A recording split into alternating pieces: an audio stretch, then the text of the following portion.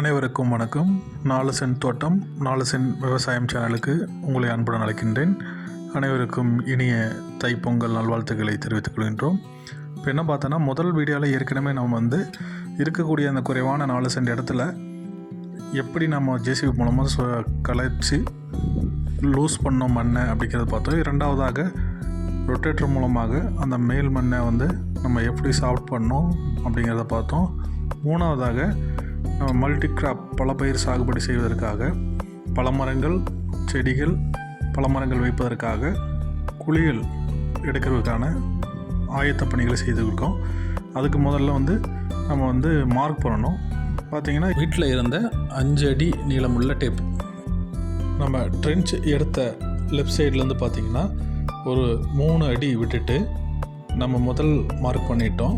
அதுக்கப்புறம் அதிலிருந்து ஒவ்வொரு 4 அடி உள்ள கேப் விட்டு இடத்துலேருந்து வலப்புறமாக நம்ம முன்னாடி அந்த வீடியோவில் பார்த்த மார்க் மாதிரி ஒரு 5 அடிக்கு ஒருக்கா நம்ம 4 அடி இடைவெளியில் மார்க் பண்ணிடுறோம்.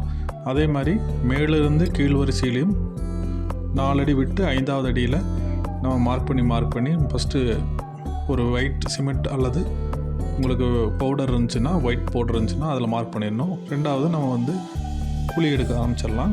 ஏற்கனவே நான் சொன்ன மாதிரி என் குழந்தைகள் 1ஆவது படிக்கக்கூடிய சின்ன பொண்ணும் 5ஆவது படிக்கக்கூடிய பெரிய பொண்ணும் நான் எப்போ இந்த இடத்தை பராமரிப்பதற்காகவும் செடிகள் வைப்பதற்காகவும் வேலை செய்ய வந்தாலும் கூட வந்துடுவாங்க. அவங்களே வாலண்டரியாக இந்த குழி எடுக்கும்போது மண் எடுத்து எனக்கு ரொம்ப உதவியாக இருந்தாங்க. ரொம்ப ஆர்வமாக இருக்காங்க.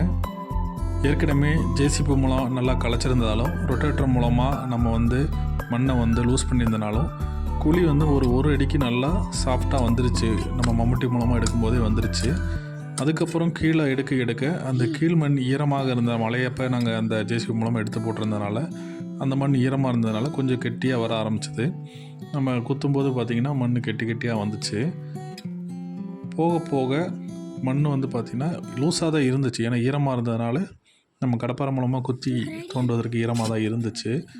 ரொம்ப ஈஸியாக தான் இருந்துச்சு. அதனால் பார்த்திங்கன்னா குழி எடுக்கிறதுக்கு ஒன்றும் சிரமமாக இல்லை.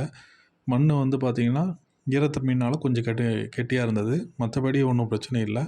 நான் குழி எடுக்கிறதுக்கு என் பெரிய பொண்ணு, நான் சின்ன பொண்ணெல்லாம் மாற்றி இந்த மண்ணையும் எடுத்து நாங்கள் வேலைக்கு வேறு யாரும் வைக்கல.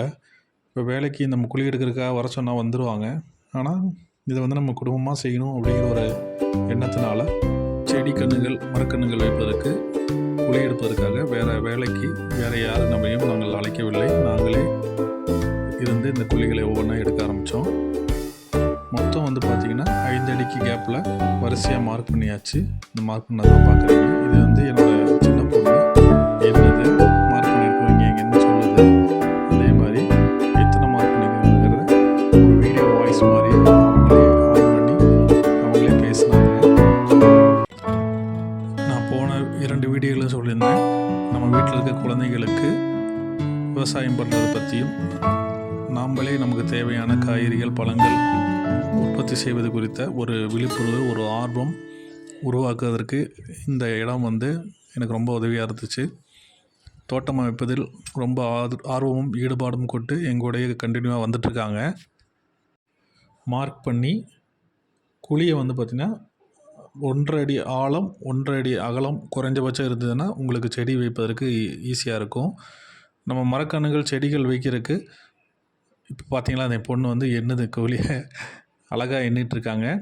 எத்தனை குழி இப்போ நாங்கள் ஆரம்பிச்சிருக்கோம் அப்படின்னு சொல்லிட்டு. இப்போ 5 குழி முடிஞ்சிருச்சு. மறுபடியும் இத்தனை குழி இருக்குது. நாங்கள் 5 குழி பண்ணிட்டோம் அப்படிங்கிறத சொல்கிறேன்.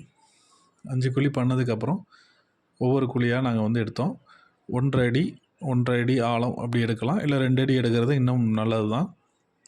இந்த குழிகள் மூலமாக நம்ம வைக்கக்கூடிய செடிகள் எப்படி பட்டு போகாமல் இருக்கணும், அது நடவு முறை, சரியான நடவு முறையை நம்ம அடுத்த வீடியோவில் நான் உங்களுக்கு தெளிவாக செடிகளை நடவு பண்ணும்போது உங்களுக்கு தெளிவாக விவரித்து சொல்கிறேன்.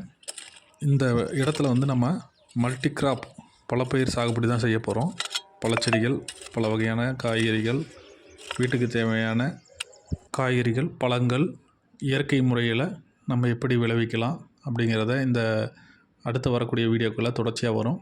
இப்போ நாங்கள் மார்க் பண்ணதில் பார்த்திங்கன்னா 4 அடி கேப்பில் 5வது அடியெல்லாம் மார்க் பண்ணி விட்டோம். இப்போ நான் முதல்ல குழி எடுக்கும்போது 10வது அடி கேப்பில் இருக்கக்கூடிய குழிகளை மட்டும் முதல்ல எடுத்தேன். மொத்தம் வந்து 20 குழிகள் வந்துச்சு. 20 குழிகள் எடுத்து முடிச்சாச்சு. இது வந்து 2வது நாள் 16/1/2024 காலையில் நாங்கள் ஃபஸ்ட்டு 16 குழிகள் எடுத்திருந்தோம். அதுக்கப்புறம் காலையில் மீண்டும் ஒரு 4 குழி எடுத்தோம். மொத்தம் 20 குழி எடுத்துட்டோம். 2வது 16/1/2024 காலையில் வேலைகள் ஆரம்பிக்கிறதுக்கு முன்னாடி நாங்கள் இந்த ஏற்கனவே எடுத்து வச்சுருந்த குழிகளை வந்து உங்களுக்கு காட்டிகிட்ருக்கேன். இதில் பார்த்திங்கன்னா 10 அடி இடைவெளியில் இருக்கக்கூடிய குழிகளை மட்டும் முதல்ல எடுத்துட்டேன். இடையில மார்க் பண்ணது அப்படியே இருக்குது. அதை இனிமேல் தான் ஒவ்வொன்றா நான் வந்து எல்லோரும் சேர்ந்து எடுக்க போகிறோம். இதில் வந்து பார்த்திங்கன்னா வேலையாட்கள் நாங்கள் யாரையும் கூப்பிடல, நாங்களே பண்ணிட்டோம். நான் என்னோடய 2 குழந்தைகளும் பண்ணோம். இதில் வைக்கக்கூடிய பழச்செடிகள் மற்றும் தேவையான வீட்டுக்கு தேவையான காய்கறிகள் தொடர்பாக என்னென்ன நான் நர்சரியிலேருந்து ஆர்டர் பண்ணியிருக்கேங்கிறத சொல்கிறோம். இந்த வீடியோவை லைக் பண்ணுங்கள், ஷேர் பண்ணுங்கள், சப்ஸ்கிரைப் பண்ணுங்கள், கமெண்ட் பண்ணுங்கள். நன்றி, வணக்கம்.